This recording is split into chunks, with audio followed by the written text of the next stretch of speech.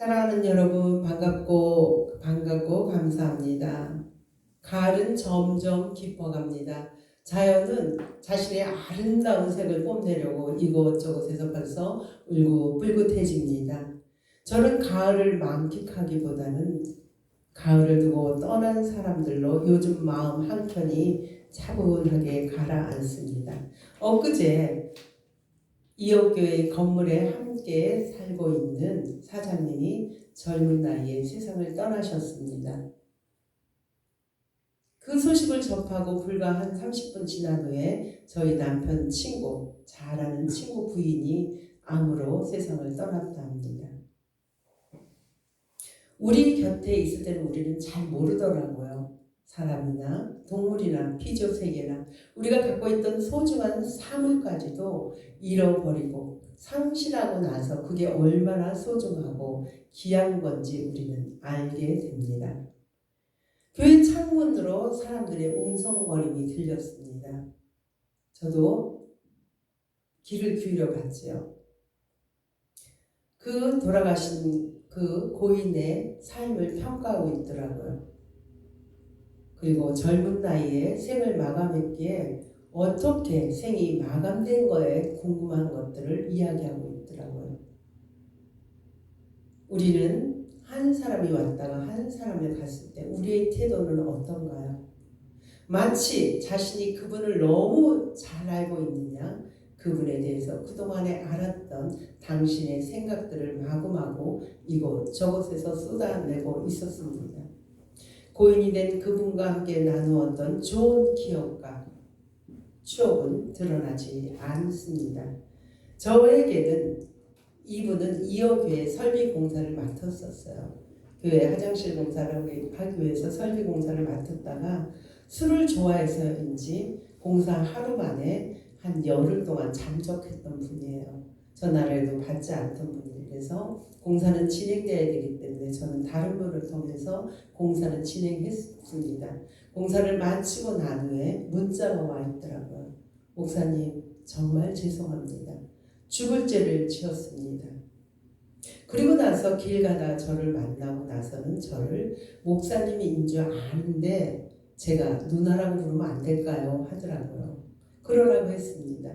그래서 오고 갈 때마다 누나 집에 가세요? 오세요? 어디 갔다 오세요? 이렇게 반갑게 인사를 하고 늘 그 문 앞에서 파양된 산들이 그 개를 예뻐하는 걸 봤어요. 그래서 하루에 한 번씩 산책을 안 시켜주면 스트레스 받는다고 그 개를 그 노동일을 힘들게 마치고 나서도 저녁 때 그 강아지를 산책하는 걸 보고 또 어떤 날은 바깥에 있다 보니까 사람들이 너무 많은 간식을 줘서 밥을 안 먹어서 걱정이라고 간식 주지 마세요 하고 써놓은 것을 봤습니다.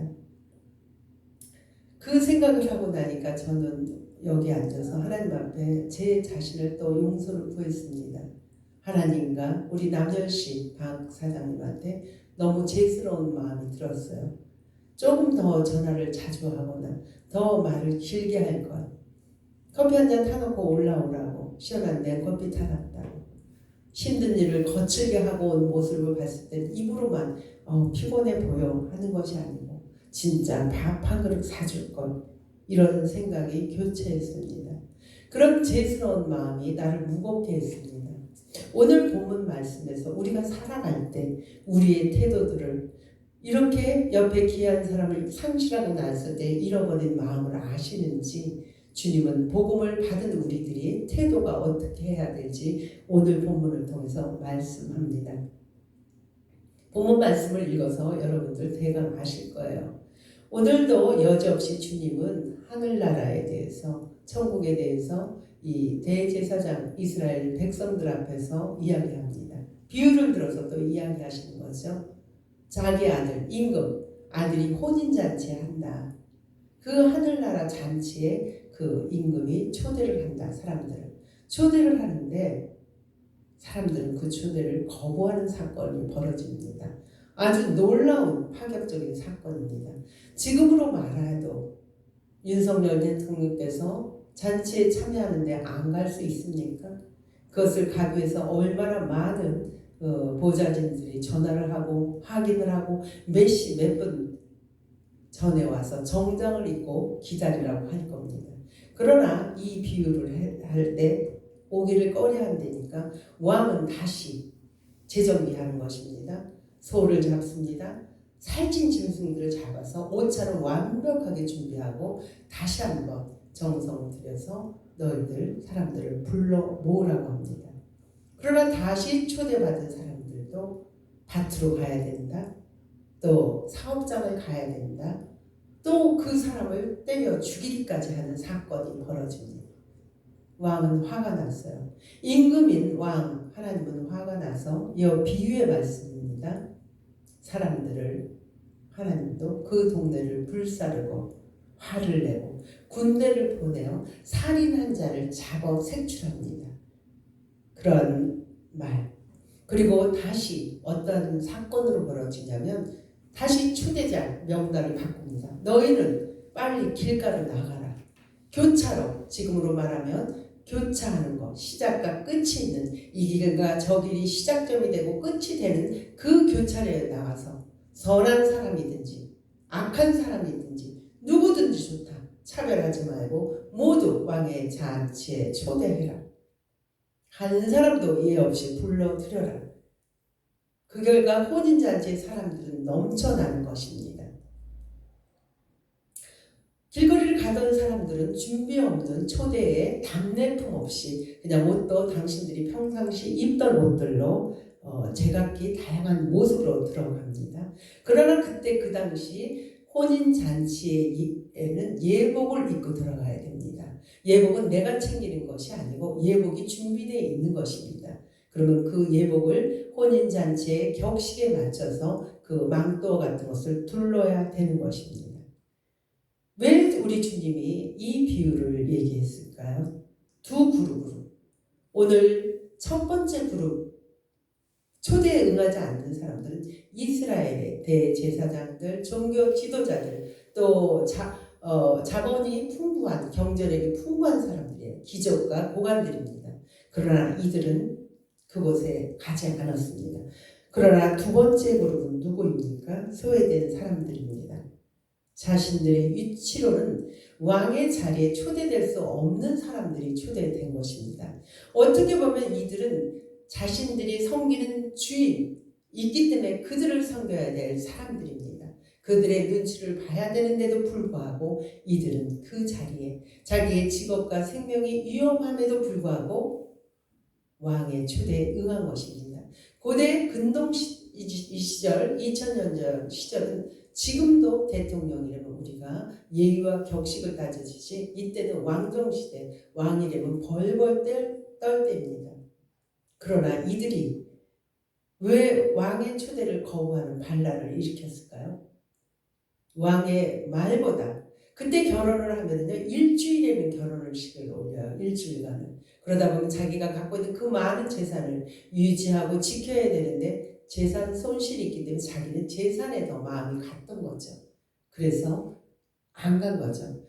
첫 번째 사람이 이 그룹에 안 가는 것을 알면서 우리 주님은 왜 이 비유를 들었을까요? 우리 주님도 생각이 있었던 것입니다.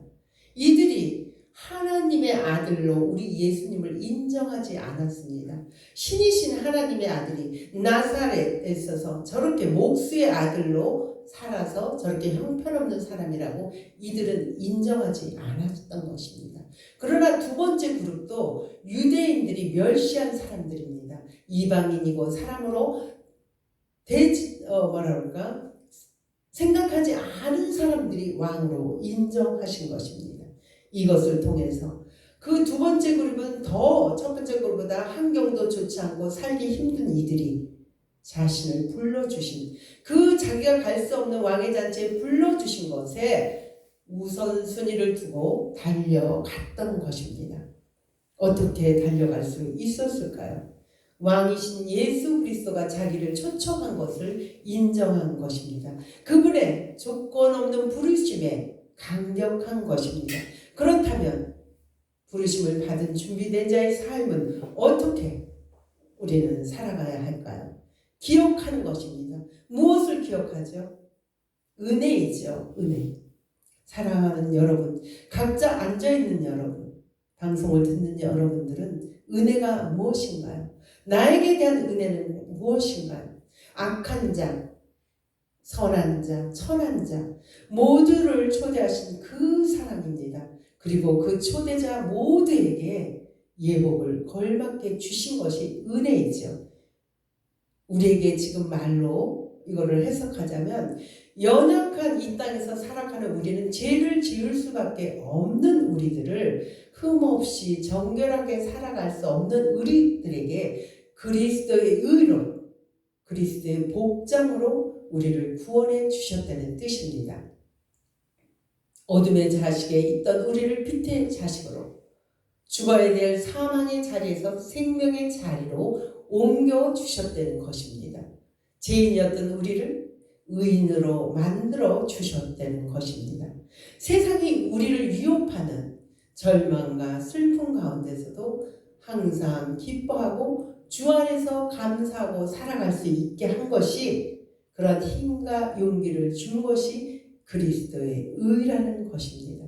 그것이 기독교의 은혜인 것입니다. 그러나 은혜 안에 사는 여러분, 이렇게 살고 계십니까? 항상 기뻐하시고 항상 쉬지 말고 기도하며 지금 내가 처한 환경에 감사하고 살고 계십니까? 그러나 이 기쁨의 잔치에 초대받은 우리 또한 넓었던 마음이 어느새 작은 마음으로 움츠려 겁에 질려 살아가지는 않는지요. 사랑하는 여러분, 어떻게 기쁨의 혼인잔치, 의로운 잔치에 지속적인 삶을 살 수 있을까요?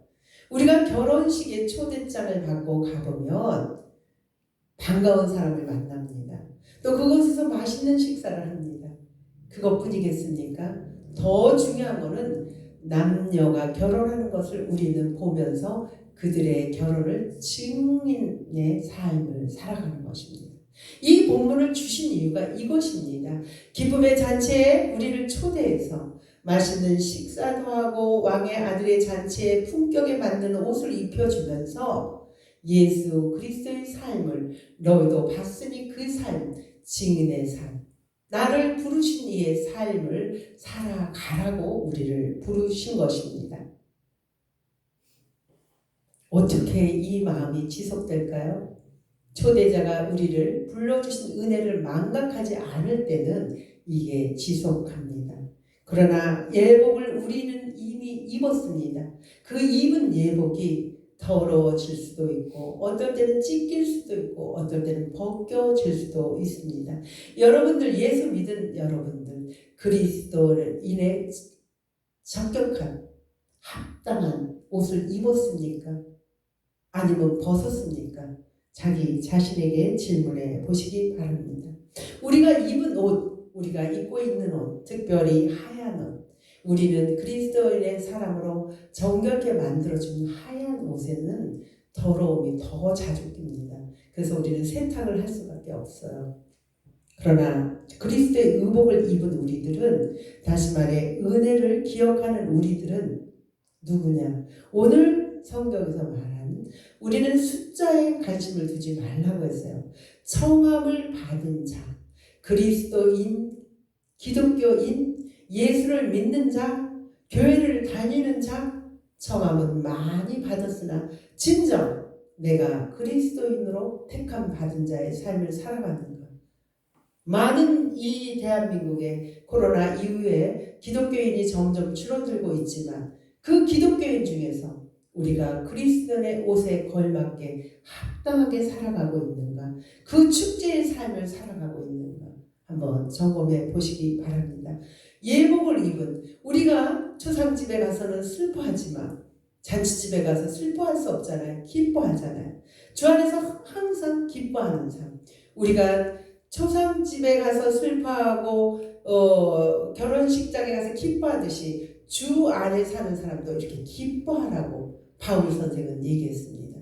주 안에서 기뻐하고, 다시 말해서 너의 기뻐하는 사람을, 너의 넓은 마음, 간영을 주변 사람들에게 펼치라고 주님은 말씀하셨습니다. 그러나 이걸 잘 기억해요. 기억하셔야 됩니다. 기억하셔야만 돼요. 종교적인 행위, 형식으로 기뻐해서는 안 된다는 것입니다. 여기서 말하고 싶은 우리 주님은 우리가 주체적으로, 내 주도적으로 하나님 앞에서 호람되어의 삶, 단독자의 삶에 의해서 우리는 기뻐하는 삶을 살아야 되는 것입니다. 큰 교회, 내부적인 집단의 압력에 찬성에 의해서 우리가 그분 앞에 기뻐하는 삶이 아니고 진정으로 단독자의 삶으로 그 숭고한 하나님의 초대에 내 자아가 결단하며 나아가는 것이 그리스도인의 그 옷을 입은 의복을 입은 자의 삶입니다. 이렇게 살아가는데 이렇게 살게 합니까? 악한 생각들은 이렇게 못 살게 합니다. 그래서 증인의 삶, 하나님의 부르심의 삶을 살기 위해서는 빌립보서 4장 6절에 바울 선생께서는 이렇게 말씀하고 계십니다. 아무것도 염려하지 말고 다만 모든 일에 기도와 간구로 너의 구할 것을 감사함으로 아뢰라. 아무것도라는 말은 어떠한 것도 대상이 됩니다. 어떠한 것도 염려할 것이 되지 않다는 것입니다. 그렇게 말씀하면서 우리한테 하는 것, 다만 모든 일에 우리가 할 일은 염려가 아니고 기도와 간구라는 것이죠. 그러나 우리는 살아가면서 염려 때문에 잠을 못 잡니다. 우리가 통제할 수 없는 것, 우리가 걱정하고 염려해도 해결할 수 없는 염려로 인간은 40%의 시간을 소비한다고 합니다. 또 지나간 과거의 결정한 고통에 의해서 30%를 우리는 그 염려로 시간을 빼앗는다 합니다. 12%는 아직 걸리지 않는 질병, 조금 아픈 거를 갖고 이거 무슨 큰 병 아닌가? 그 염려로 살아간다 합니다. 10% 염려, 자식에 대한 염려, 또 친구에 대한 염려, 그런 걱정으로 우리가 92%의 염려로 살아갑니다. 그러나 우리가 이 세상 살아가면서 진정으로 염려할 것은 8%라고 합니다. 현실에 대한 걱정, 통계 수치는 그렇게 얘기합니다. 그러나 증인의 삶, 나를 부르신 이의 삶을 살기 위해서는 우리의 염려를 오늘 주신 말씀과 같이 주님 앞에 우리는 기도와 간구로 토스하는 것입니다. 우리의 아무것도 염려 대상이 안 되는 것을 우리는 기도와 짐으로 그분한테 토스할 때 우리 주님은 답을 주십니다. 빌립보서 4장 7절에 모든 지각에 뛰어난 하나님의 평강이 사람의 안에서가 아닙니다. 그리스도 예수 안에서 나의 마음과 생각을 지키신다고 빌립보서는 말씀하십니다. 이것이 우리가 염려에 대한 우리가 세상을 살아가는 기도의 응답입니다. 우리의 어떤 사건, 사물, 어려운 염려가 해결되는 것이 기도의 응답이 아닌 것입니다. 그리스도 예수 안에서 모든 지각이 뛰어난 그분의 생각으로 우리에게 평강, 아무도 빼앗을 수 없는 평강을 주신다는 것입니다. 이 은혜를 기억하고 망각하지 않을 때 우리는 주변 사람한테 택함 받은 우리는 그리스도의 향기 나는 사람 냄새를 풍길 수 있습니다. 이러한 일은 어마어마한 큰 변화는 일어나지 않습니다. 그러나 우리의 그런 작은 날갯짓 하나하나에 그 날갯짓들이 모여 아름다운 나비 효과를 이룰 수 있는 것입니다. 저희 토요 사역을 잠시 소개합니다. 1인 가구로 사회적 활동이 없는 소외되고 관계성이 없는 그들에게 식사를 통해 아무 조건 없이 식사를 제공하면서 사회적 활동을 이끄는 곳에 관계 개선, 사회 활동을 하기 위해서 만든 이어 하우스입니다. 목적은 그거 하나입니다. 그래서 이 일을 시작하면서 1인 가구들을 발굴하여 그분들한테 전화하면서 정성껏 그들한테 초대장을 보냈습니다. 그러나 처음에 오시고는 교회에는 간판이 세워지니까 안 오시는 분이 계십니다. 또 4번 정도 오셨다가 교회라는 것을 알고 이거 분명 무슨 의도가 있을 거야. 나를 교회에 끌어들이기 위해서 이렇게 밥을 주는 거야. 생각하고 안 오시는 분도 계십니다. 그러면서 불쾌합니다. 거기 교회 아니에요? 나 밥 안 먹어도 돼요. 이렇게 말씀하시는 분이 있습니다. 이어하우스는 아무런 조건이 없습니다.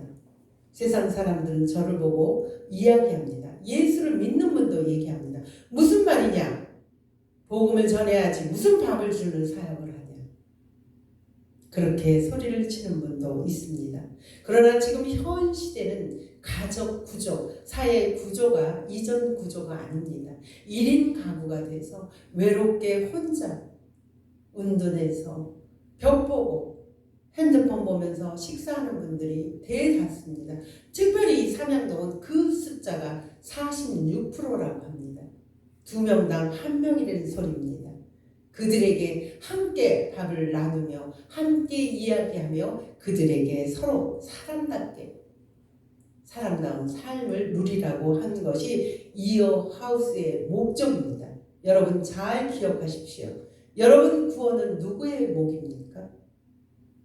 예수 그리스도의 선물입니다. 우리의 행위로 구원받은 것이 아닙니다. 그분이 초청장을 보내야 우리는 구원받을 수 있습니다. 우리의 목은 초대받은 자로서 증인의 삶을 살아가면 그뿐입니다. 사람답게 살아가는 것입니다. 너희는 내게 배우고 받고 듣고 본바를 행하라고 사도 바울 선생님이 빌립보를 통하여 말씀하셨습니다. 이어 교회는 이제 뿌리를 내리라고 하는 성장통을 겪고 있습니다. 안간힘을 쏟고 있습니다. 그러나 벌써 작은 변화가 일어납니다. 혼자 오던 분이 당신 친구를 데리고 뭐 어떻겠냐고 말씀하는 분도 계십니다. 또 어떤 분은 일찍 오셔서 바카스를 갖고 오셔서 오신 분들을 나눠주라고 하시는 분도 계십니다. 우리 주방팀장이 오늘은 못 오신다고 하니까 앞치마를 갖고 오셔서 당신이 뭘 도와주겠다고 하시는 분도 계십니다. 그러나 세상은 보이는 것, 눈의 현상학적, 빠르게 드러나는 것을 선호합니다. 지금도 사람들은 제가 오고 갈 때 뒤에서 손가락질하고 비아냥대는 분도 있습니다. 승산 없는 바보 같은 집, 자기나 잘 살지도 못하면서 누구를 밥을 주겠다고 이런 소리가 들립니다. 그렇습니다. 세상은 기독교를 이해할 수 없습니다. 세상과 반대로 거꾸로 가는 것이 기독교입니다. 세상은 자신의 것을 자꾸만 축적하려 합니다. 기독교는 희한하게 자신의 것을 자꾸만 나누려고 합니다. 여러분, 그리스도인의 옷을 입으셨습니까? 사랑하는 여러분, 주님이 우리를 청하여 구원받은 자가 되었습니다. 주님의 사랑을 잊지 맙시다. 그리할 때 우리는 주님 닮은 사람 냄새가 납니다. 사람들은 그리스도인 우리를 볼 때 행복해 합니다. 이 땅 축제의 장으로 그 기쁨을 만끽하십시오. 또 그 기쁨 만끽한 만큼 증인의 삶을 주변 사람에게 나누어 주십시오. 여러분들은 택함 받은 자들입니다. 평강의 하나님이 여러분들과 함께 영원히 함께 하시기를 소망합니다. 기도하겠습니다.